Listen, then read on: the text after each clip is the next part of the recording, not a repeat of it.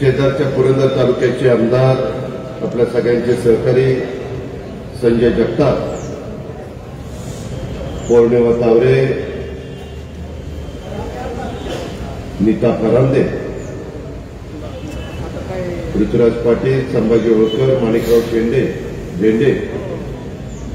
इम्तियाज चिखलकर, प्रदीप कोमण, नंदूकाका जगताप, विजयराव कोलते, सुधामराव इंगळे, अशोकराव टेकवडे, दिगंबर दुर्गाडे, प्रशांत काटे, बबूसाहेब माहुलकर, शिवाजीराव टेंगले, संदीप जगताप, महेश डंबेरे, राजवर्धन शिंदे, प्रमोद काकडे, रोहित कोकरे, दत्ता झुळुंगे, नितीन शेंडे, अनेक म्हणजे सहकारी इथं आहेत. मी सगळ्यांचीच नावं घेऊन आपला सगळ्यांचा वेळ घेत नाही. सोमेश्वर सहकारी साखर कारखान्याचं विद्यमान संचालक बोर्ड, माझ्या बारामती तालुका, पुरंदर तालुका, तसंच आमचा खंडाळा तालुका आणि फलटण तालुक्यातील आलेले सोमेश्वर सहकारी साखर कारखान्याचे ऊस उत्पादक सभासद, पत्रकार मित्र, आपले सगळे हितचिंतक, जमलेल्या बंधू भगिनींना, बाळा तरुण मित्रांनो, मागे आपण एकदम अचानक अरेन शिंदे आपल्या सगळ्यांचे सहकारी त्यांच्या मंगल कार्यालयामध्ये एक मेळावा घेतला होता. कारण निवडणूक जाहीर झालेली होती आणि निवडणूक जाहीर झालेली असताना साधारण आपली काय भूमिका असली पाहिजे. 92 पासून आपण सोमेश्वर सहकारी साखर कारखान्याची निवडणूक त्या ठिकाणी लढवतो. त्याच्यावर 92, 97, 2002, 2007 अशा अनेक निवडणुका आपण केल्या. ही निवडणूक काही कारणामुळं, करोनाच्यामुळं 6.5 वर्षांनी होती. त्याच्यामध्ये सुधारित निवडणूक कार्यक्रम प्रसिद्ध झाला सप्टेंबर 20 मध्ये. त्याच्यामध्ये 20 तारखेपासून 4 तारखेपर्यंत, 4/10 पर्यंत ते फॉर्म सगळे मागे घेता येणार होते. 4 तारीख अजून आहे, आज तारीख 2 आहे, 1 आहे, 2 आहे, उद्या 3 तारीख आणि परवा 4 तारीख. उद्या संध्याकाळी मी आपल्या विचाराचं पॅनल जाहीर करणारे संध्याकाळी. आता संजय जगतापांनी सांगितलं तसं मी मकरंदाबाशी पण बोललो. आपण म्हटले की दादा तुम्ही घ्याल तो निर्णय मला मान्य असेल. खंडाळ्याचे अनेक लोक मला मगाशी भेटून गेली. त्यांनी पण सांगितलं की मागच्या निवडणुकीमध्ये थोडंसं आमच्यामध्ये नाराजी होती, संपर्क संचालक कोणाने ठेवलेला नव्हता. परंतु यावेळेस आमची कुठली नाराजी राहिली नाही. आम्हाला अतिशय समाधानकारक ऊसाचा दर मिळालेला आहे. उलट तुम्ही खंडाळा सहकारी साखर कारखाना कसा आमचा सुस्थितीत आणता येईल त्याबद्दलचा प्रयत्न करा. त्याबद्दल मकरंदाबाद तुम्ही एकत्र बसा आणि तुम्ही सांगाल तसं आमचं पुढं वागायचे सर्वांची तयारी आहे असंही त्यांनी बोलून दाखवलं. ते म्हणले दादा आमच्या खंडाळा तालुक्यातली 17 गावं ही आमच्या सोमेश्वर सहकारी साखर कारखान्याच्या कार्यक्षेत्रामध्ये येतात आणि 1500 ते 1600 किती मतं झाली? 1500-1600 ना, 1500 ते 1600. तर बाकीचा खंडाळा तालुका पण बऱ्यापैकी पाण्यामुळं ऊस तिथं झालेला आहे आणि तिथल्या लोकांची गैरसोय होती. मग ते कुठल्या तरी आजूबाजूच्या कारखान्यांना ऊस घालतात आणि त्यांना आपल्या एवढा दर मिळत नाही ही त्यांची खंत होती. ते सगळं मी ऐकून घेतलं.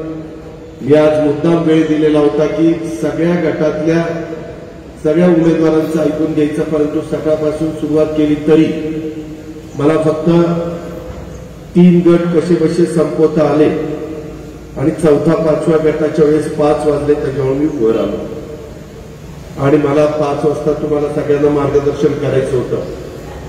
खरं तर अनेक लोक मला खूप ठिकाणी भेटले, खूप जणांनी SMS केले, पत्र दिली. तुमच्या हितचिंतकांनी मला सांगितलं की अमक्याला घ्या, अमक्याची शिफारस करतो. ते सगळं खरं आहे, प्रत्येकाला तो अधिकार आहे. पण ज्यावेळेस आम्ही एक गोष्ट केलेली आहे सगळ्यांनी मिळून, ते काय फक्त आम्ही केली अशाचा भाग नाही.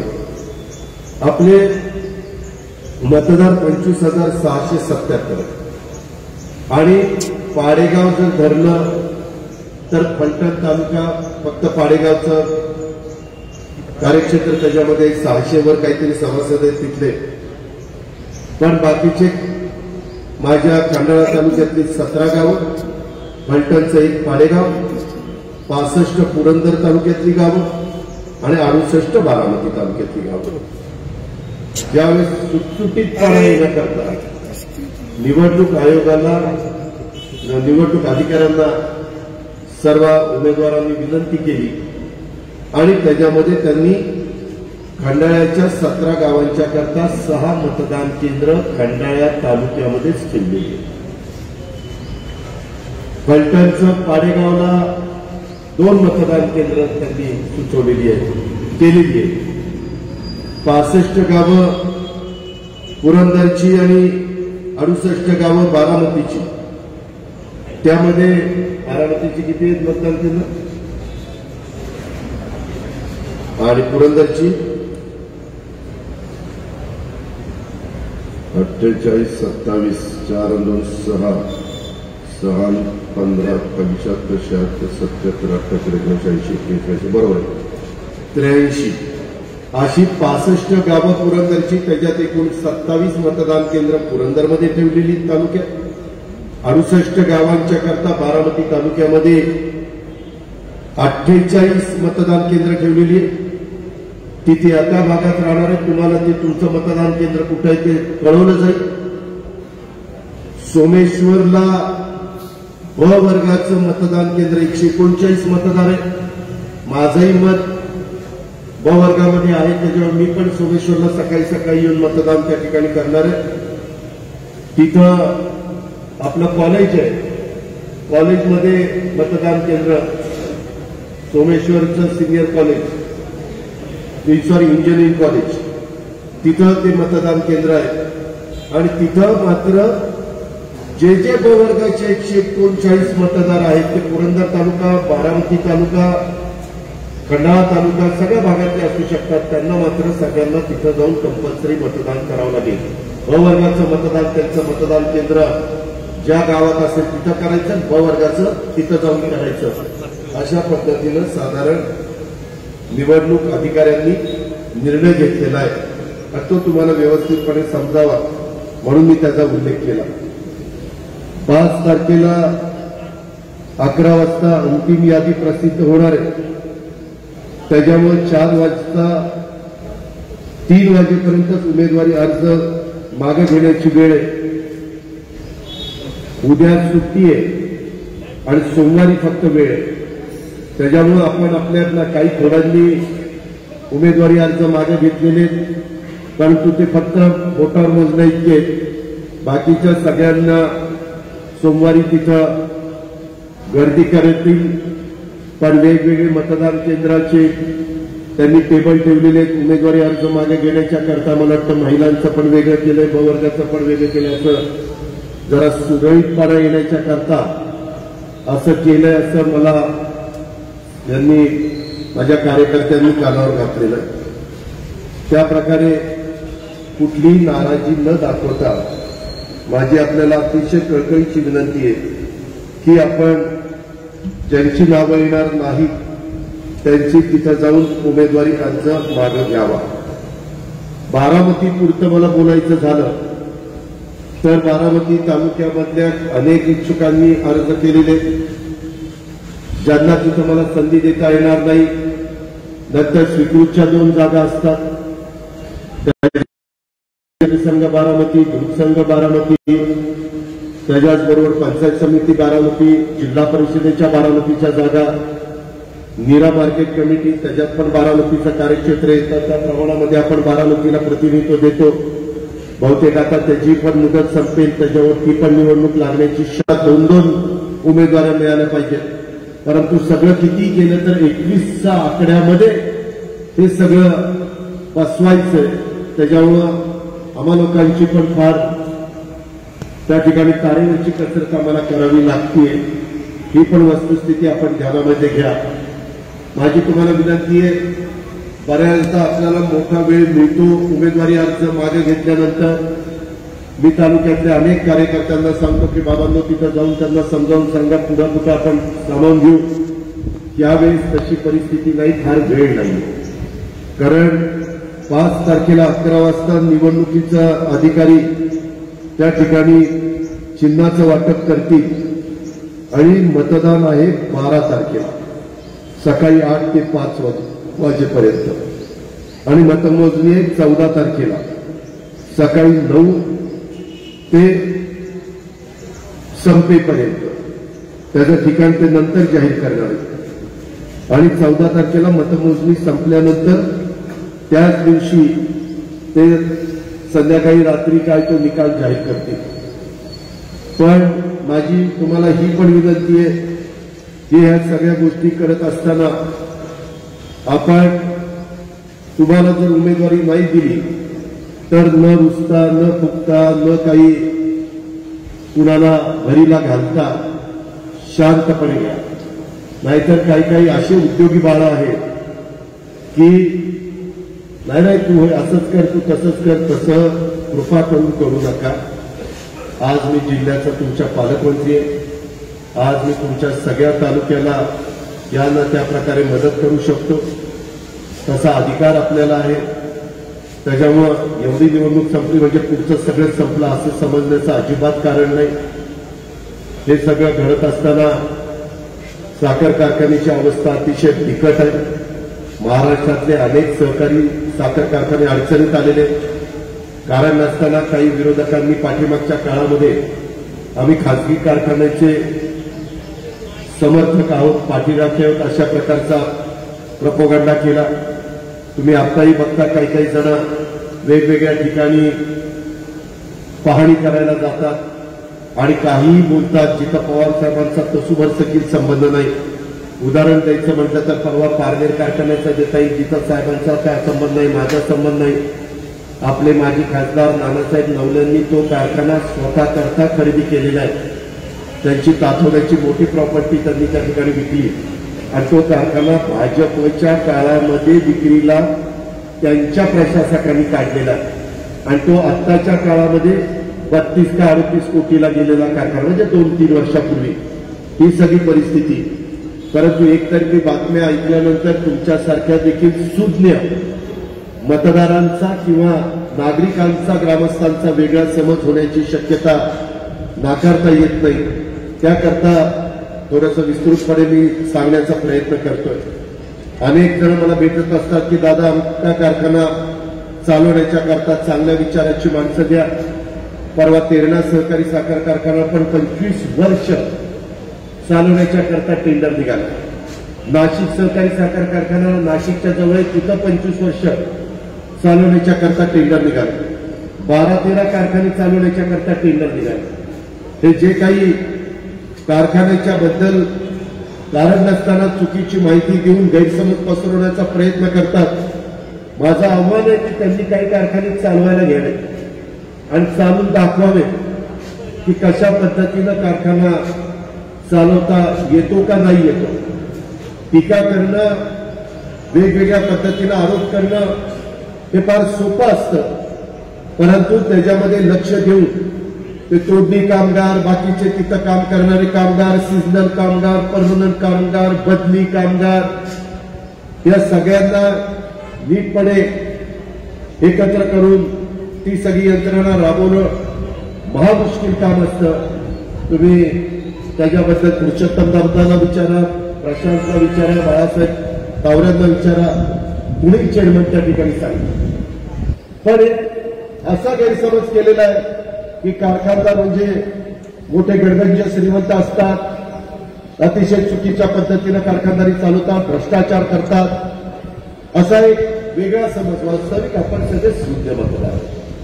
तुम्हाला माहितीच्या अधिकारामध्ये सगळी काही माहिती घेण्याचा अधिकार.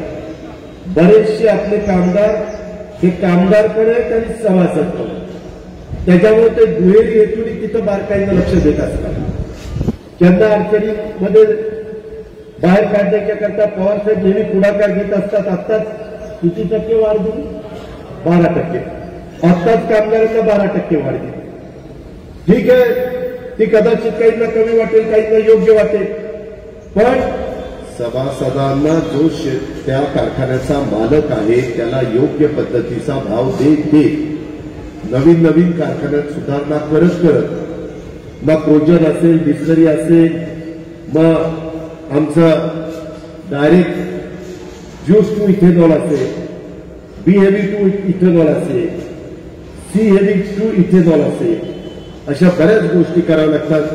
प्रोजनच्या बद्दल सातत्याने सरकार वेगवेगळी भूमिका घेतं. मला आठवतंय सुरुवातीला बाळासाहेब साधारण 3 रुपये 15 पैसे का 25 पैसे प्रोजनचा दर होता आपण ज्यावेळेस सभा घेत होतो त्यावेळेस. नंतर तुम्ही मला सरकारमध्ये पाठवलं आणि नंतर तो दर आम्ही जवळपास 6.5 रुपये पर युनिट त्या ठिकाणी केला. नंतर पुन्हा मागच्या सरकारने तो कमी केला. अशा पद्धतीनं झालं. पुन्हा आम्ही आल्यावर तो 4 रुपये 75 पैसे केला, जुन्यांना पण आणि नव्यांना पण.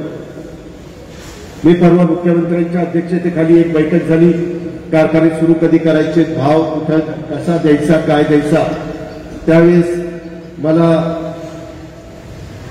जयप्रकाश दांडेगावकरांनी विनंती केली की व दादा याला काहीतरी मदत करा, कारण तुमच्या सगळ्यांच्या ऊस कारखानदारीतनं राज्य सरकारला जवळपास प्रत्यक्ष अप्रत्यक्षपणे 3,500 कोटी रुपयाचा टॅक्स जातो.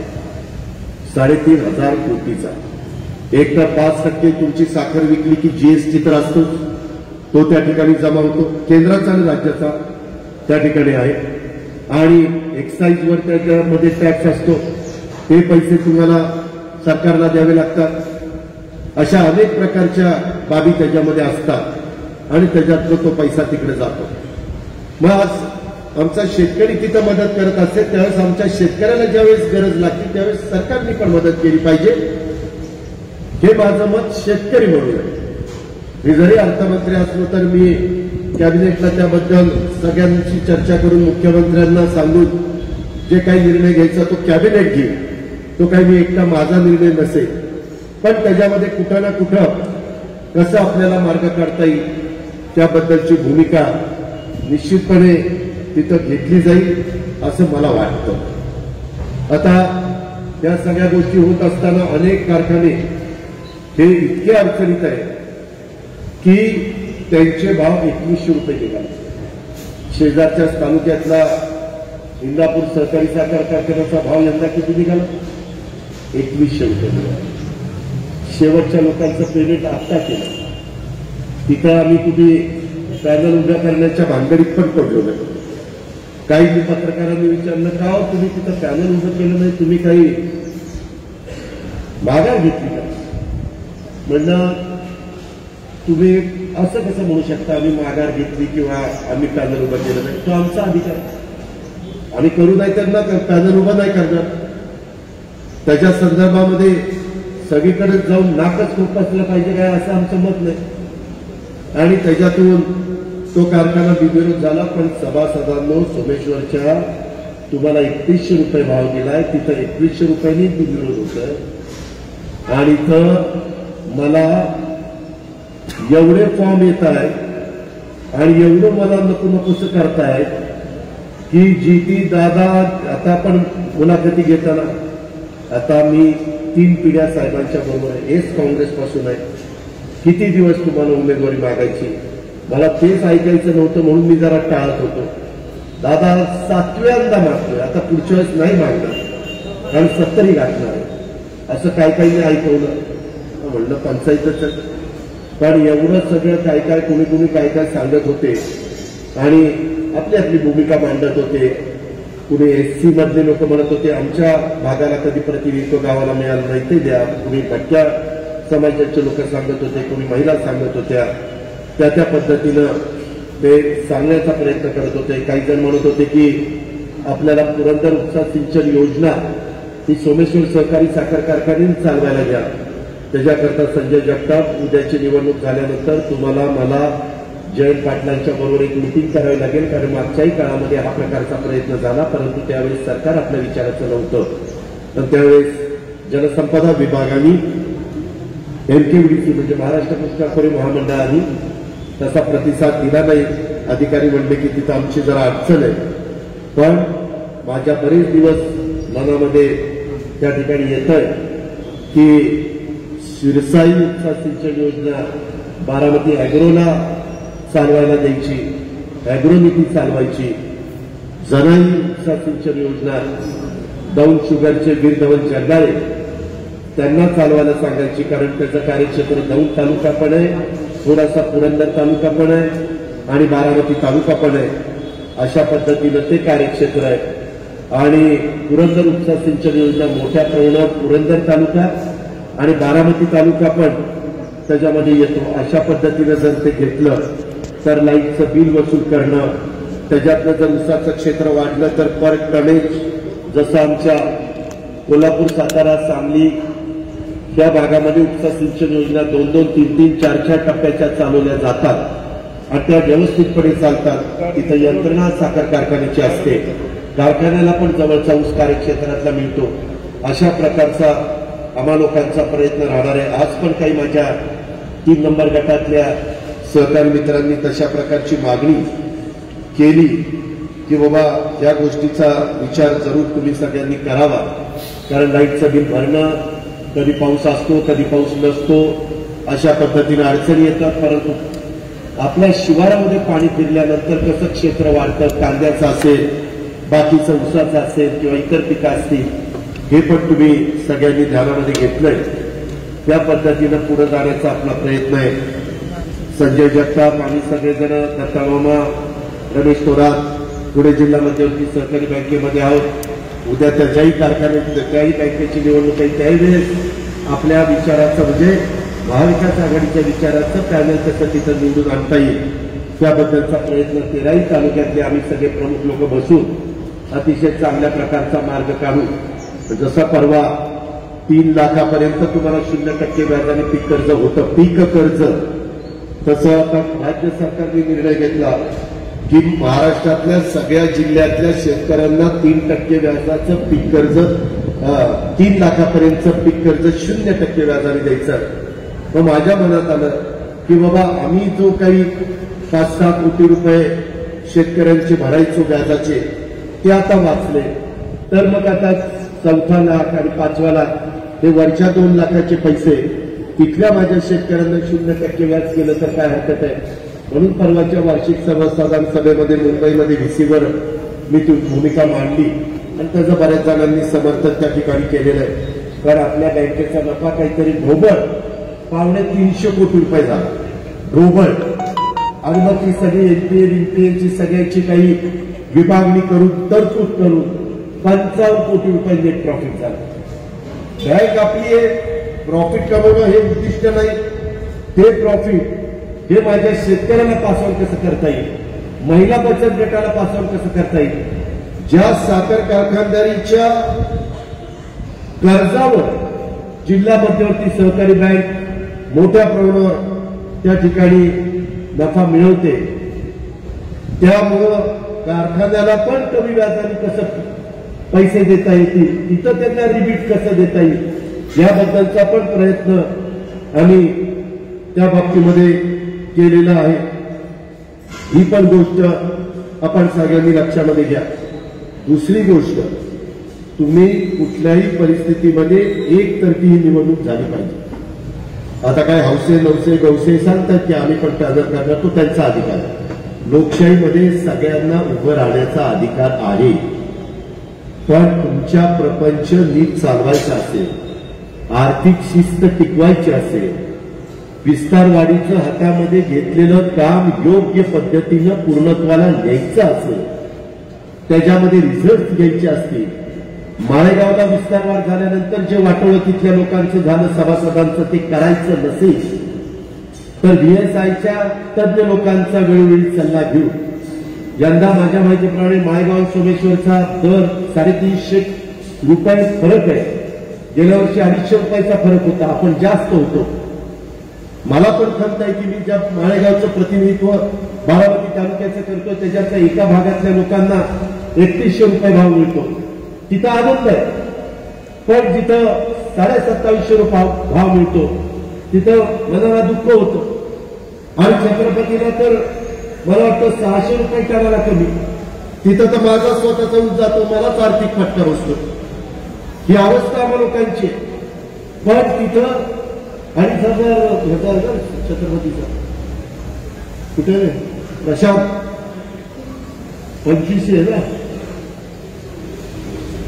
2400च का झाले 100 तिथं आमची मागणी 2400 रुपये म्हणजे 700 रुपये टनाला कमी. विचार करा ना,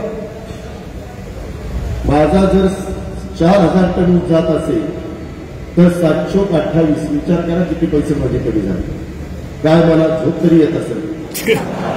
हसता काय पैसे शेवटी माझे. ही अवस्था आहे. मी उदाहरण माझं दिलं, परंतु माझ्या 100 टन जाणाऱ्या शेतकऱ्याचं तिथं तो घेणार 3,10,000 ना 3100 आणि इथं 2,40,000 म्हणजे वकील तेवढ्याचा फटका बसतो. आज बाकीचा सगळा वरचा खर्च हे होतो ना, त्याचाही आपण विचार केला पाहिजे. आणि त्याकरता माझ्या जिल्ह्यात भाग माझा असेल, माझा पुरंदर परिसर असेल, माझा खंडाळा असेल किंवा माझा पाडेगाव असेल, त्या सगळ्या सभासदांना मला सांगायचे की बाबांनो, तुम्ही आजूबाजूचे कारखाने मी नाव घेत नाही, पण गेले कित्येक वर्ष त्यांची काय अवस्था आहे ते तुम्ही पहा. मी अशाच पद्धतीनं सोमनाथ होळकरच्या कार्यालयामध्ये सांगितलेलं होतं की मी तुम्हाला कर्जमुक्त करून भाव चांगला देईन. आमच्या संचालक बोर्डाने चेअरमन, व्हाईस चेअरमन, सगळे संचालक बोर्ड अधिकारी सगळ्यांनी प्रयत्न केला. तुम्ही बारकाईनं लक्ष ठेवलं. कुठं काही तुमचं खटकलं असेल, मी नाही असं म्हणत नाही. एवढा मोठा कारखाना चालवत असताना 100% तुमच्या मनासारख्या सगळ्या गोष्टी झाल्या हा दावा माझा अजिबात नाही. त्याच्यामुळं त्याच्यात काही जरी खटकलेलं असलं तर शेवटी आज कारखाना कर्जमुक्त झालेला. कारखान्याची विस्तारवाढीचं काम हातामध्ये घेतलेलं. कोरोना मागे नसता तर आत्ताच विस्तारवाढ संपली असतील. ह्यावेळेस इथं बिगर नोंदीचा 3 लाख मेट्रिक टन ऊस कारखान्याला न्यायला सांगा, ही सांगायची वेळ आली नसती. हा माझा प्रयत्न होता. चेअरमन, व्हाईस चेअरमन, संचालक बोर्डाचा प्रयत्न होता. पण लॉकडाऊनमुळं सगळे कामगार निघूनच गेले होते. कुणी कामाला नव्हतं. जे उभारणीचं काम करतात, मी आज सकाळी 10:30 वाजता बांधकाम मजूर कामगारांचा एक कार्यक्रम केला लसीकरणाचा. त्यांना तिथं आपण जेवण पण दिलं आणि चहा पाणी नाश्ता बिस्किटं पण दिली. कारण त्यांनी काम केल्यानंतर त्याच्यातलं काही टक्के त्या बांधकाम बिल्डरकडनं आपण काढतो. ती रक्कम मोठी जमा झालेली आहे आणि त्याच्यातनं या कामगारांना मदत करतो. बारामतीकर, पुरंदरकर आणि खंडाळा वासियांनो, सोमेश्वरच्या कार्यक्षेत्रातल्या सभासदांनो, तिथं जवळपास 70% लोक छत्तीसगड, आंध्र प्रदेश, हैदराबाद या सगळ्या बाहेरच्या भागात आले होते. आम्ही त्यांना विचारत होतो इथं काय करतात. ते म्हणले दादा 2 वर्ष इथं राहतो. त्यांना मराठी समजतं पण बोलता येत नाही. हिंदीमध्ये ते बोलतात. आणि व्हॅक्सिन घेतलं नव्हतं म्हणून आपण त्यांना तो व्हॅक्सिनचा कार्यक्रम, क्रीडाई म्हणून आपली एक संस्था आहे, प्रफुल वगैरे, त्याच्यात सुरेंद्र प्रफुल तावरे हे सगळी लोक काम करतात. मोठ्या प्रमाणावर आज तुम्हाला पुणे जिल्ह्यात पुरंदर, बारामती, इंदापूर, दौंड, जुन्नरखेड, आंबेगाव, माऊमुशी, बोरवेला इथं इमारती दिसतात. त्याच्यामध्ये आपला माणूस कष्ट करण्याची त्याची तयारी नाही. कष्ट करतायत ते तिकडची लोक येत आहेत. बिगारी काम ते करतायत. प्लास्टरचं सुपिरियर काम जो काही आहे ते कारागीर हे आमच्या राजस्थानचे किंवा इतर भागातून आलेले, ही पण बाब लक्षामध्ये घ्या. आपल्या अनेक तुमचे ओळखीचे कॉन्ट्रॅक्टर असले तर त्यांना विचारा तुम्ही गँग कुठनं आणतात. गँग म्हणजे मजूर हे करतात, कामा करतात, ती दुसरी गँग नाही. या आणली तर बघतो पोलिसांना सांगून फार तुमचं जे गँगेच्या बाबतीत पडतील त्याला हायगाय करणार नाही. आधीच लक्षात घ्या. अजिबात चुकीच्या रस्त्याने जाऊ नका, चुकीचा विचार करू नका. वेड्या वाकड्या जे व्यवसाय असतात त्याच्या नादी लागू नका. झटपट श्रीमंत होण्याचा प्रयत्न रितसर मार्गाने केला. मला काही म्हणायचं, तुम्ही कौन भागीला करोडपतीला गेला 7 कोटी कमवले तरी मी तुमचं अभिनंदन करेन. पण दुसऱ्या मार्गाने कुणाला तरी ह्याची टोपी त्याला, त्याची टोपी त्याला, त्याच्या आज कोणतरी आला दादा माझी जमीन विकली, सही माझी नाही, सर्व कुणी केली कुणाला माहिती. मी शेवटी प्रांताला म्हणजे तहसीलदार होते तिथं, त्यांना म्हणलं बघा मग काय झालं ते. त्यांनी बुधवारी का काहीतरी त्याला सोमवारी का बुधवारी बोलवलेलं. अशा पद्धतीनं काही काही जण वागतात. तसं कृपा करून चुकीचं वागू नका. आणि ह्या पुढं पण तुम्हाला चांगला दर महाराष्ट्रामध्ये पहिल्या 5-10 कारखान्याच्या तोडीचा दर पाहिजे असेल तर आपण जे पॅनल उभं करणार आहोत, उद्याच्याला संध्याकाळी जे पॅनल त्या ठिकाणी आम्ही जाहीर करणार आहोत, त्या पॅनलच्या पाठीशी तुम्हाला तुमच्या समर्थकांना, तुमच्या पाठीराख्याला उमेदवारी मिळू अथवा न मिळू आपण सगळ्यांनी उभं राहायला पाहिजे.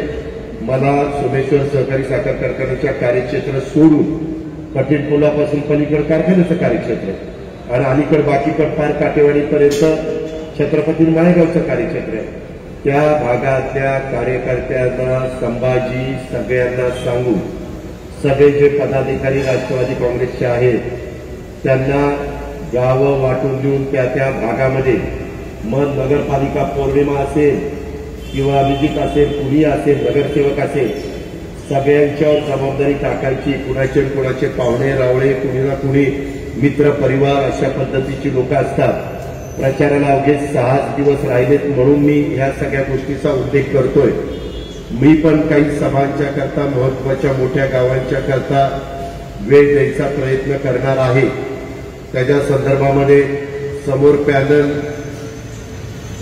मंगळं झालं तरी देखील आपण सभा घेणार, आपली आपली भूमिका मांडणार. तुल्यबळ पॅनल होणार आहे असं समजून देखील आपण त्या पद्धतीनं माझे पण कुठं पुरंदर तालुक्यात किती सभा, कुठं किती सभा ते सांगा. उद्या सगळ्या गावोगावी मला फिरवत बसू नका. जरा लिमिटेड गटवाईज एखादी सभा घेतली तर 5 गटात 5 सभा त्या ठिकाणी माझ्या लावण्याचा प्रयत्न करा. मी तेवढा वेळ तुम्हाला देण्याचा प्रयत्न करीन. पण सभासद बंधू भगिनींनो, मी काय तुम्हाला अतिशय बारकाईने सांगतो, आजूबाजूचे कारखान्यांची इतकी वाईट अवस्था आहे.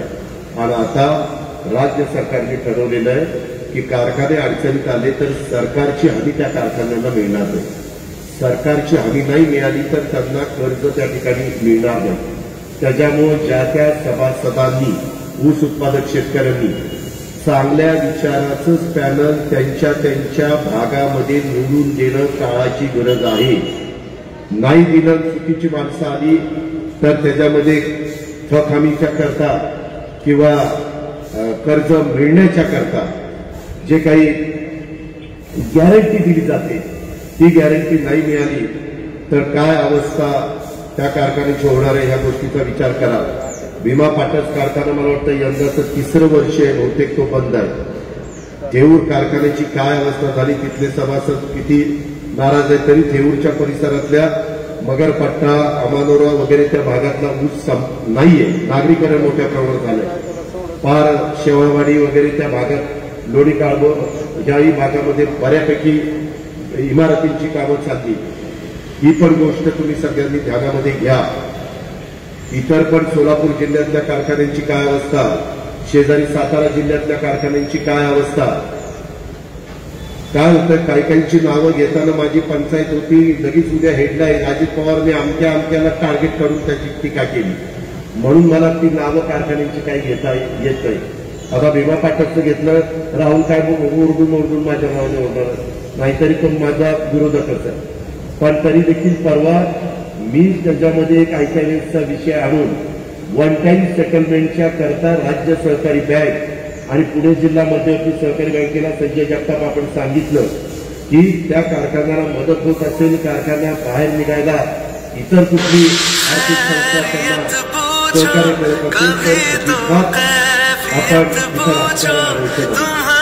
आणि पुणे जिल्हा मध्यवर्ती सहकारी बँकेमध्ये काका गेल्यानंतर मला वाटतं संजय स्वीकृत म्हणजे त्या जागेच्या ठिकाणी आम्ही त्यांना घेतलं. त्यांना विचारा, ते आज काँग्रेसचे अध्यक्ष की आता दिगंबर दुर्गाणीचा असतील, त्यांनाही विचारा.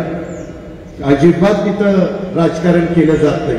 आणि जर कुठल्या तालुक्यात झालं तर मला सांगा ना की दादा आमचं सगळं कम वगैरे बरोबर आहे, तरी देखील आम्हाला हे पीक कर्ज देत नाही. मी ताबडतोब सीओला काय सांगायचं ते सांगतो. कारण शेवटी ती बँक तुमची आहे. रीतसर कागदपत्राची पूर्तता असेल तर त्या पद्धतीनं आपल्याला मदत झाली पाहिजे. कशाला 22,000 रुपये मिळतं तिकीट? कशाला? हा, कांद्याला. आणि कांद्याला जर भाव कमी झाला आणि 15,000 आले तर वरच्या 7,000ला काय बांबू लावतो का काय? अरे वेड्या नवनाथा, उद्या पैसे दिले तर त्या बँकेचं पण व्याजासकट मुद्दल आलं पाहिजे ना. उद्या काय आम्ही काय संजयराव, मी दिगंबर दुर्गाडे आम्ही 1 लाख रुपये देऊ आणि नाही फिटल्यावर काय करता? आमची वाट लावशील? त्या ऍक्शन आमच्यावर होती, विचारा. आता मी तिथंही नाव घेत नाही, पुण्यातल्या 2 अर्बन कोऑपरेटिव्ह बँकेच्या चेअरमन गेले कित्येक महिने जेलमध्ये. नाव सांगितलं तर तिथेही पंचायत आहे. पण पुणे जिल्ह्यातल्या, पुणे शहरातल्या बँका ही अवस्था आहे. त्याच्या नवनाथ जे काही मिळतं ते नियमाने जेवढं जास्तीत जास्त देता येतं ते देण्याचा प्रयत्न करतो. आता पूर्वी तर सावकाराच्या दारात आणि नंदीवाल्याकडे, माकडवाल्याकडे 10 रुपये शेकड्याने जायसाठी घ्यायला, आता राव 0% व्याजाने देतो. त्याच्यामुळं तरी देखील मी तपासतो. मला माहिती नाही की कांद्याचं आता रेट काय आहे, कारण मध्ये टोमॅटोचे रेट पडले होते, सगळ्यांनी रस्त्यातच टोमॅटो टाकला होता. अरे बसा रे, फार तुम्हाला अकलायत असं कळायला लागले. जवळपास अनेक गावात मतदान केंद्र असून अनेक गावांची स्वतंत्र मतदान केंद्र आहेत. त्यामुळे मतदान किती झाले ते कळणार आहे, त्याबद्दल सांगायचं. हा, आणि तेच कळणार आहे, ते अजित पवार पाहणार. मग जिथं झटका बसेल तिथं माझ्याकडनं पण काय झटका द्यायचा, शॉट द्यायचा तुम्ही देणार. मित्रांनो, लोकशाही आहे, तुम्हाला काय करायचं ते करा. काय त्याच्यातनं नोंद घ्यायची ती घ्या, काय सोडायचं ते सोडा. मी जास्त जात नाही. पण मला एवढंच तुम्हाला सांगायचं, मी तुमच्या फायद्याकरता सांगतो, तुमच्या भल्याकरता सांगतो. 92 साली देखील कैलासवासी वसंत काका, कैलासवासी नथुअण्णा, कैलासवासी भगत बापू, कैलासवासी दोडराम नाना कोमणे, आम्ही सगळ्यांचे मामा पण होते. मामांनीच माझ्याकडनं बँकेचा पैसे, बँकेच्या वकिलाचे पैसे मामा दिले होते. काठेवाडीला मी राहायचो. मामा म्हणले, माझा आता की केस लढवायला कोणी पैसे दिला. म्हणलं जरा आता काय करता काय. का तर एक दुःख होतं की मी तुमचा आमदार होतो त्यावेळेस, मला वाटतं राज्यमंत्री होतो, आणि आपल्या भागातल्या लोकांच्या घरामध्ये सुबत्ता येण्याच्या करता जर एक कारखाना कुठं कमी पडत असेल आणि माळेगावला सुबत्ता दिसत असेल, गोलप साहेबांच्या मुळे त्या काळात छत्रपती कारखान्यावर सुबत्ता दिसत असेल, तर ती आपल्या पश्चिम भागामध्ये देखील पुरंदर, बारामती, खंडाळा तालुक्यामध्ये दिसली पाहिजे. हे एकमेव त्याच्यामध्ये कारण होतं. कुणाला तरी त्रास द्यावा, कुणाला तरी मुद्दामून काढावं ही भावना माझ्यासारख्या कार्यकर्त्याची अजिबात नव्हती.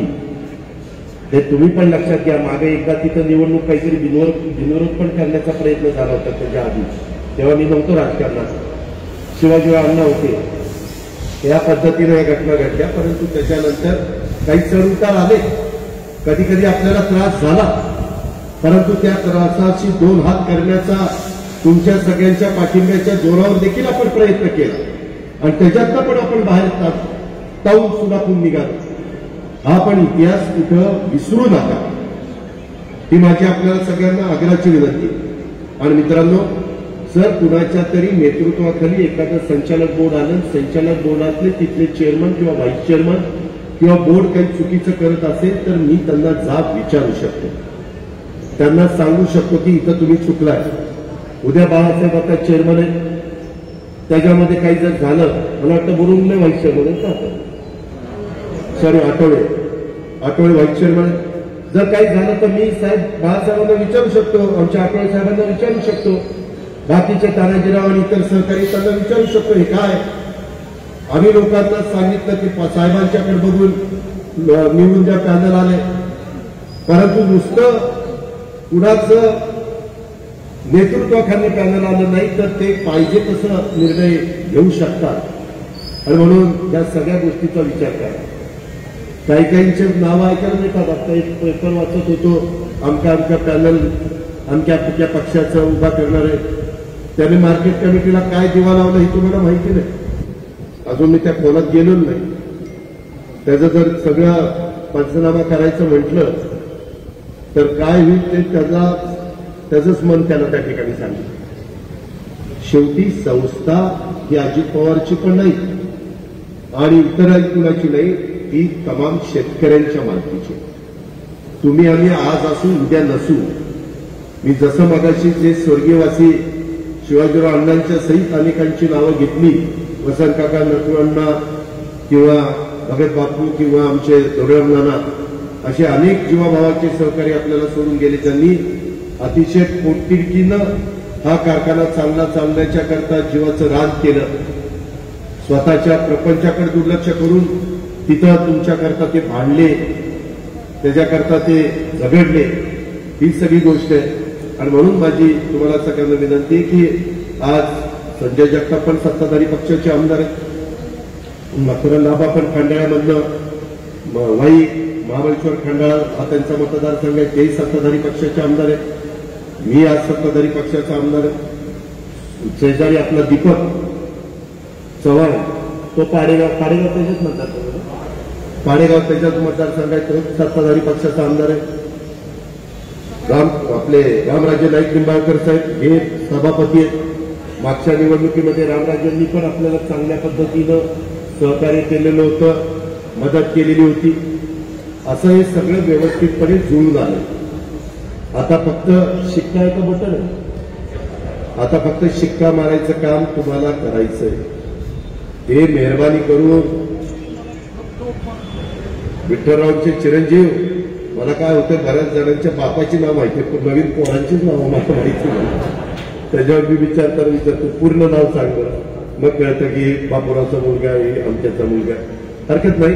मी पण राजकारणात आलो तेव्हा पवार साहेबांचं तसंच व्हायचं. कारण जेपी त्यावेळेस काय झालं होतं, पवार साहेब होते, मी राजकारणात आलो त्यावेळेस त्यांच्या बरोबरची मुलं कार्यकर्ते, त्यांची मुलं माझ्या बरोबर होती. त्याच्यावर साहेब पण तसं करायचे. काळानुरूप ज्या गोष्टी आपल्याला कराव्या लागतील. पण मलाही पॅनल करत असताना काही प्रमाणामध्ये नवीन चेहऱ्यांना संधी द्यायची, काही प्रमाणामध्ये.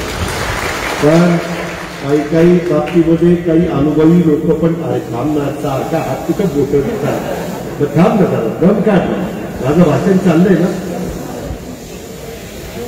काय पिण्याच्या रगत नंबर काय आता बाद झालं. त्याच्या संदर्भामध्ये आपण सगळ्यांना माझी विनंती आहे की या बाबतीमध्ये हे सगळं करत असताना नीटपणे प्रत्येकाने आपापला विचार करा. आम्ही काही नवे चेहरे देत असताना जुने अनुभवी पण लोक लागतील, कारण ते सगळं चालवायचंय, उभं करायचंय. ते काही येणारामाचं काम नसतं. असं काही समजू नका सगळी 100% नवी दिल्यानंतर. मागच्या वेळेस मी केलं होतं, 4 जुने फक्त होते, बाकीचे नाही 4 आहेत. शिरसाई बापू देखील त्याच्या आधीच्या पॅनलमध्ये नामदार होतेच ना. हा, मग उत्तम पण होता. उत्तम तिचा आधीचा होता, म्हणजे 5 अनुभवी होते आणि 16 नवे त्या ठिकाणी दिलेले होते. अशा पद्धतीने केलेलं होतं. त्यावेळेस याही वेळेस असंच काहीतरी योग्य पद्धतीनं करण्याचा प्रयत्न त्या ठिकाणी आपण करू. त्याच्यामुळे 21 मधल्यांनी लगेचच त्यांची झोप उडून देऊ नये. नंतर राहिला आपला आता गेला पत्ता कट झाला वाटतं, असं काही नाही. तरी तुम्हाला 6.5 वर्ष मिळाली बाबांना. 5 वर्षाकरता आम्ही तुम्हाला बदलात गेलो होतो, तरी 6.5 वर्ष मिळाली. त्याचा पण कुठेतरी विचार करा. आणि काही जणांना इथं थांबावं लागलं तरी, जसं नाना देवकाटेला आपण जेडपीला थांबवलं, की नंतर ज्या कारखान्याला थांबवलं, ती जिल्हा परिषदेला चेअरमन झाला, अध्यक्ष झाला. तेव्हा असं काही नाही. काही जणांनी हे लक्षात घ्या, याला थांबवलं म्हणजे वर काहीतरी मोठं दिसतंय आपल्याकडे, असाही त्याच्यातला अर्थ निघू शकतो. कारण पुढेही खूप वेगवेगळ्या प्रकारच्या निवडणुका आहेत, याची जाणीव आपण सगळ्यांनी ठेवावी, अशी माझी तुम्हाला सगळ्यांना आग्रहाची, नम्रतेची, कळकळीची विनंती आहे. पण मी एक गोष्ट अतिशय स्पष्टपणे तुम्हाला सांगतो, ज्या गावामध्ये अतिशय कमी मतदान आहे, 2 आकडीच मतदान आहे, तिथं प्रतिनिधित्व काही मिळणार नाही. 3 आकडी गावाला साधारण प्रतिनिधित्व देण्याचा प्रयत्न आपण करणार आहोत. कारण 99-50 कारण 25,000 मतदार आहेत. शेवटी पॅनल पण निवडून आणायचे. मात्र जिरायत भागालाही प्रतिनिधित्व देऊ, पुरंदरवासियांनाही प्रतिनिधित्व देऊ, खंडाळ्यालाही प्रतिनिधित्व देऊ. पाडेगावाले पण म्हणतात की दादा आम्हाला 600-750 मतदान आहे, त्या ठिकाणी दिलं तर आम्हाला समाधान वाटेल. पण बहुतेकांनी आग्रह केला, पण नंतर सांगितलं की शेवटी तुम्ही लोक घ्याल तो निर्णय आम्हाला सगळ्यांना मान्य असेल आणि त्या पद्धतीनं आम्ही पॅनल टू पॅनल मतदान करू. अशा प्रकारे बऱ्याच जणांनी बोलून दाखवलं.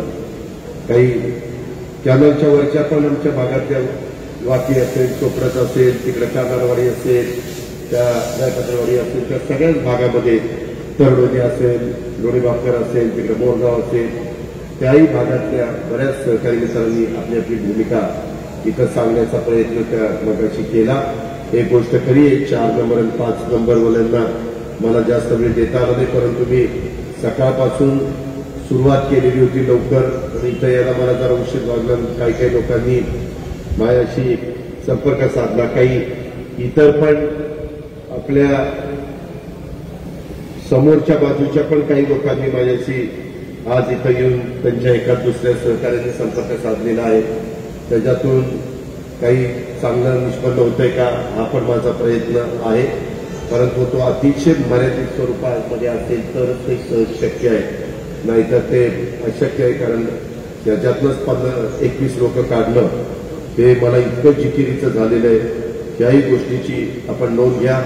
यंदा ऊस बऱ्यापैकी आहे, त्याच्यावर त्याचे ऊसाला इतर ठिकाणी नीटपणे त्याची विल्हेवाट लावणं, प्रफुल्ल घेणं हेही काम नवनिर्वाचित येणाऱ्या संचालक बोर्डाला करावं लागेल.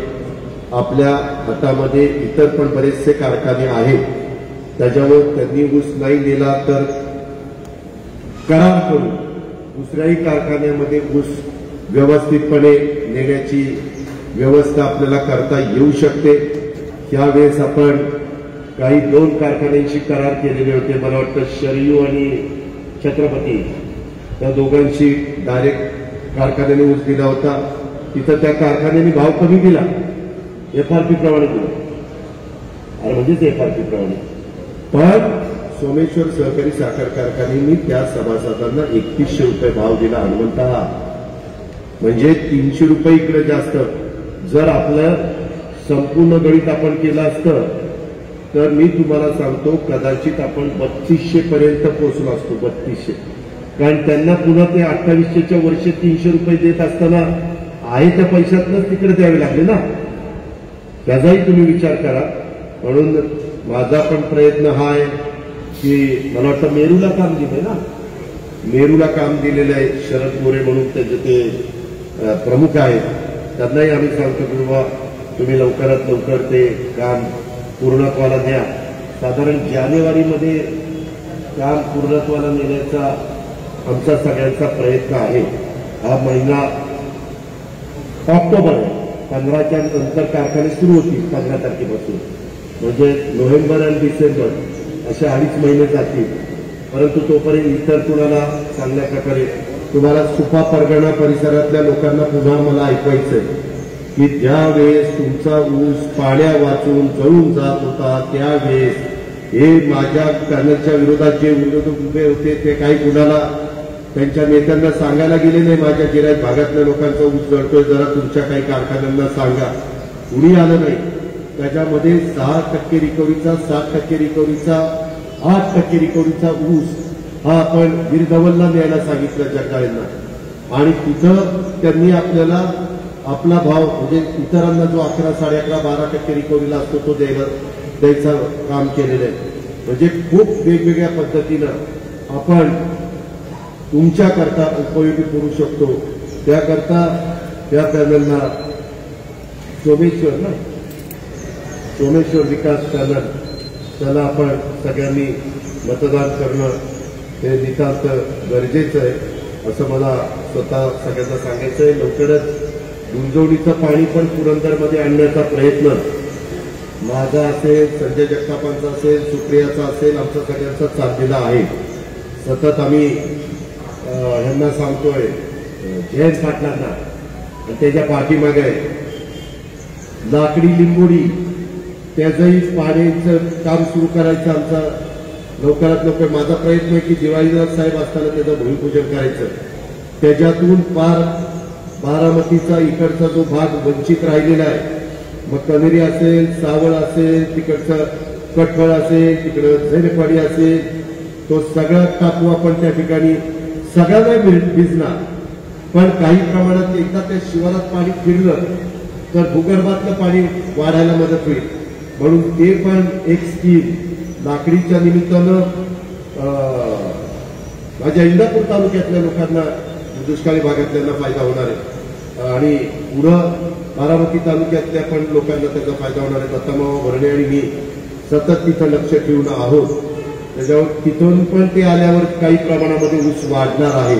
तो कदाचित माझ्या सोमेश्वर कारखान्याच्या कार्यक्षेत्रात वाढणार नाही, तो छत्रपतीच्या किंवा माळेगावच्या कार्यक्षेत्रामध्ये वाढण्याची शक्यता आहे. यंदा माळेगाव कारखाना पण चांगला चालेल अशा प्रकारची परिस्थिती, ओव्हरऑलिंग वगैरे सगळं व्यवस्थितपणे करून घेतलंय. साधारण 8-8.5 चालेल का? 8 चालेल, 8 ते 8.5 तो चालेल. त्याच्यावर तिथनं पण जास्तीत जास्त ऊस कसा गळीताला जाईल अशा प्रकारचा प्रयत्न आपण करणार आहोत. तुम्ही बघा, एकेकाळी हे कारखाने किती टनांनी चालत होते ना आता किती कॅपॅसिटी छत्रपतीची वाढली, माळेगावची वाढली, त्याच्यामध्ये सोमेश्वरची पण आता वाढतीये. आणि त्याच्यातून एकच उद्देश आहे की पवार साहेबांनी नेहमी सांगितलं, साहेबांनीच सोमेश्वरला सांगितलं होतं, जोपर्यंत बाय प्रोडक्ट करणार नाही तोपर्यंत मी तुमच्या सोमेश्वर कारखान्यावर येणार नाही. हे पवार साहेबांचे शब्द होते. आणि मग नंतर मलाही त्याच्यामध्ये करायचं होतं, परंतु ज्यावेळेस साहेबांनी जरा निक्षून सांगितलं मग आपण त्या सगळ्या गोष्टीमध्ये लक्ष घातलंय. आमचा हाही प्रयत्न आहे की नदीचं ओढ्याचं प्रदूषण पण होता कामा नये.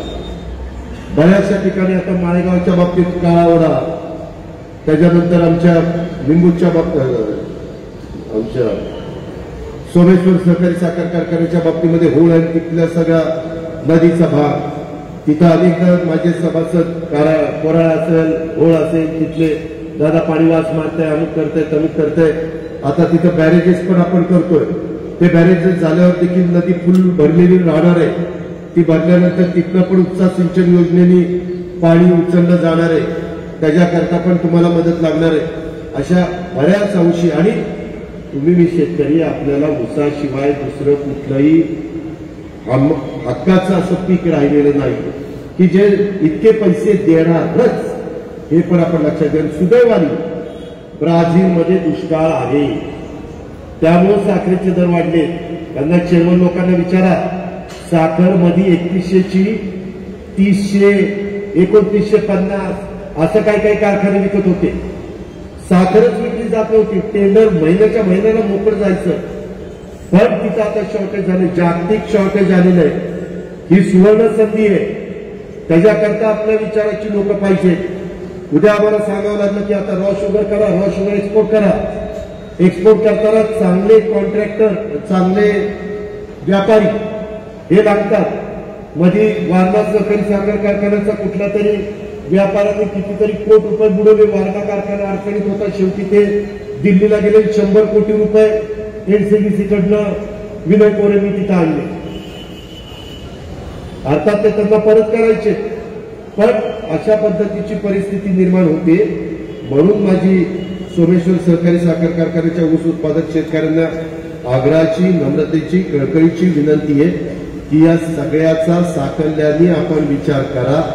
कुठल्याही प्रकारची नाराजी, आम्ही इतके वर्ष साहेबाचं काम करतोय, आम्ही एजंट होतोय, आम्ही बूथवर थांबतोय, अमकं होतंय, जरूर तुम्ही करता, परंतु त्याच्याकरता साहेबांनी, मी, सुप्रियांनी भरपूर तालुक्याच्या करता जेवढं काही करायचं तेवढं केलेलं आहे. आजही करतोय, उद्याही करत राहणार आहे. तिथं कुठेही आमच्याकडनं कसूर होणार नाही, कुठेही कमी आम्ही पडणार नाही. ही पण बाब आपण लक्षामध्ये घ्या. त्याच्यामुळं बऱ्याच जणांनी मला ऐकवलं की दादा मग काय, आम्ही एवढं तुमच्याकरता करतो, असं झालं तसं झालं. अरे बाबा, तरी वेगवेगळ्या गावात विकासाची कामं चालू आहेत, रस्त्यांची कामं चालू आहेत. आता तुमचं आयुर्वेदिक कॉलेजचं काम त्या ठिकाणी सुरू होईल. इतर महत्वाची कामं अनेक प्रकारची आपण चालू ठेवलेली आहे. आता परवा गडकरी साहेबांना आम्ही मिळून तो हा रस्ता उंडवडीवरून वळतो पालखी मार्ग, पुढचा रस्ता फलटण रोड पर्यंत होऊ शकत नव्हता, तो 4 पदरी रस्ता मंजूर केला. परवा गडकरी साहेबांनी सांगितलं संजय आपल्याला पवार साहेबांची वेळ घेऊन एक ज्ञानेश्वर बाहुलीच्या पालखीचं भूमिपूजन, पालखी मार्गाचं भूमिपूजन आपल्याला सासवडला करायचंय आणि एक तुकोबा महाराजांच्या पालखी मार्गाचं भूमिपूजन आपण बारामतीमध्ये घेऊ. मी बघितलं इंदापूरला घ्यावं का माळशिरसला घ्यावं, पण बारामती चॉपरने तिथून इथं येतील आणि ते आपण इकडच्या परिसरामध्ये MIDCला बघा तो पालखी मार्ग बाहेर न जातोय तर तिथे एक भूमिपूजन घेऊ. म्हणजे ते दोन्ही भूमिपूजन झाली तर कॉन्ट्रॅक्टर नेमले गेलेले आहेत. माझ्याकडे तरी 2 कॉन्ट्रॅक्टर मला वाटतं कामते आणि शेळके ना, कामते आणि शेळके मला भेटून गेले, त्यांनी कामं पण सुरू केलेली. तसं तुमच्याकडे पण नेमले असतील, त्यांना पण तिथं सांगून आपल्याला बरेच वर्ष, मला वाटतं अशोक टेकवाडेंच्या पासून मी ते काम मंजूर केलेलं होतं, परंतु नंतरच्या काळामध्ये इतकं ते काम रखडलं.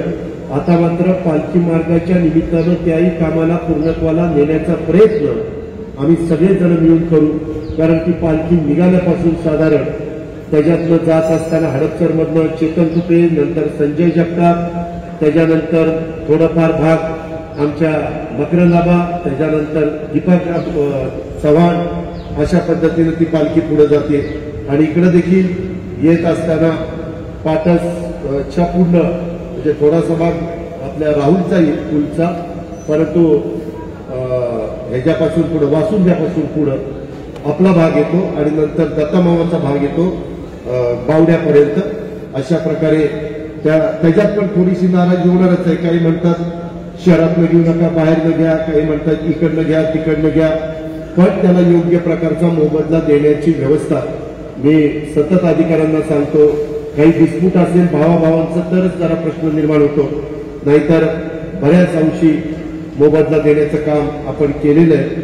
अशा प्रकारे जरी थोडी आर्थिक परिस्थिती ओढाताणीची असली तरी आम्हा सगळ्यांचा प्रयत्न DPCच्या निमित्तानं आणि या सगळ्या केंद्राच्या आणि राज्याच्या निधीच्या निमित्तानं कसं आपल्याला जास्तीत जास्त कामं करता येतील याबद्दलचा आमचा प्रयत्न आहे.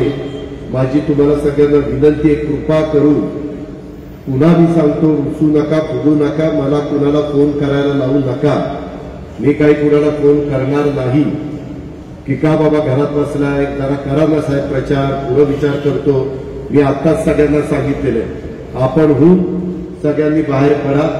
हे काही कुणाचं माझ्या घरचं किंवा तुमच्या घरचं लग्न नाही, आपला प्रपंचाची ही लढाई आहे आणि चांगला दर मिळवणं हे आपल्या सगळ्यांचं कर्तव्य आहे. या भावनेतनं सगळ्यांनी मदत केली पाहिजे. अशा प्रकारची माझी आपल्याला सगळ्यांना आदराची, नम्रतेची, कळकळीची विनंती आहे. सोमेश्वर सहकारी साखर कारखान्याची निवडणूक तब्बल 6 वेळाला पुढे ढकललेली आहे आणि आता कार्यक्रम जाहीर झालेला आहे. तिकडच्याही भागामध्ये हॉस्पिटल, एक प्राथमिक आरोग्य केंद्र परवा मंजूर केलं का रे सोमेश्वरला, ते कुठलं तरी एक होतं ते आपण तिकडं दिलेलं आहे. अशा प्रकारे सगळीकडेच व्यवस्थितपणे कशा पद्धतीनं आपल्याला काम करता येईल हा आमचा सगळ्यांचा प्रयत्न आहे.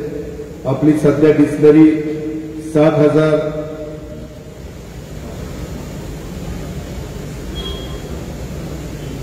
आता 30,000ची आहे. ती आता 1,00,000 क्विंटलची आपण डिस्लरी करतो आणि 32 मेगावॉट सहनिर्मिती आपण करतो. पहिला 18 लाख 36 करतोय. काही इन हाऊस लागेल पण बाकीचं आपल्याला एक्सपोर्ट करता येईल, त्याच्यातनं पण 2 पैसे आपल्याला त्या ठिकाणी मिळतील. तुम्ही चेअरमन व्हाईस चेअरमनला विचारा, बऱ्याचदा पैसे लवकर विजेचे मिळत नाही. मी स्वतःच सांगतो, छत्रपती माळेगाव सोमेश्वरचं पेमेंट त्या ठिकाणी ताबडतोब करा आणि त्या प्रकारे आपण महावितरणला ते पेमेंट करण्याच्या करता भाग पाडतो. अशा प्रत्येक बाबतीमध्ये आम्ही तुमच्या अडीअडचणीच्या करता मदतीला धावून जात असतो. माझी आपल्याला विनंती की 92 पासून तुम्ही सोमेश्वर सहकारी साखर कारखान्याच्या बाबतीत कधी कधी अडचणीचा काळ असताना पण काही वेगळं घडेल असं खूप जण बोलत असताना पण तुम्ही मोठ्या विश्वासाने आम्हा विचारांच्या लोकांच्या हातामध्ये जो सूत्र दिली त्याचा निश्चितपणे चांगल्यातला चांगला फायदा करून देण्याचं काम हे आम्ही सगळ्यांनी मिळून केलेलं आहे. म्हणून माझी पुन्हा एकदा आपल्याला सगळ्यांना विनंती की उद्याच्याला पॅनल जाहीर झाल्यानंतर बाकीच्या सगळ्या भागात उमेदवारी अर्ज फार बारामतीतच येऊन काढायचं. उमेदवारी अर्ज काही मतदान केंद्रावर जायच्या भानगडीत करू नका, तिथं मतदानाला तिथं जावा. उमेदवारी अर्ज काढायला तुम्हाला इथंच नवीन जे प्रशासकीय इमारत झालेली आहे बारामतीतलं प्रांत ऑफिस प्रांत कार्यालय तिथंच आपल्याला यावं लागणार आहे. तर ज्यांचं नाव नसेल त्यांनी यावं आणि त्यांचा फॉर्म काढण्याच्या करता बाकीच्या सहकारी मित्रांनी प्रयत्न करावा. आज मला काही त्यांनी फॉर्म दिले, मी म्हणलं माझ्या हातात कुणीही फॉर्म देऊ नका, मला तसं करायचंच नाही. लोकशाही पद्धतीनं तुम्ही तिथं जाऊन तो उमेदवारी अर्ज मागं घेण्याचं काम करा अशी माझी पुन्हा एकदा आपल्याला विनंती. आपण सगळेजण मोठ्या संख्येने आला त्याबद्दल आपल्याला सगळ्यांना धन्यवाद देतो. आपण सगळ्यांनी निवेदन दिलेले ती निवेदन मी बारकाईनं रात्री उशिरापर्यंत बसून त्याचा कागद ना कागद वाचणार आहे आणि नंतर उद्या संध्याकाळी पॅनलनी जाहीर करणार आहे. धन्यवाद. जय हिंद, जय महाराष्ट्र.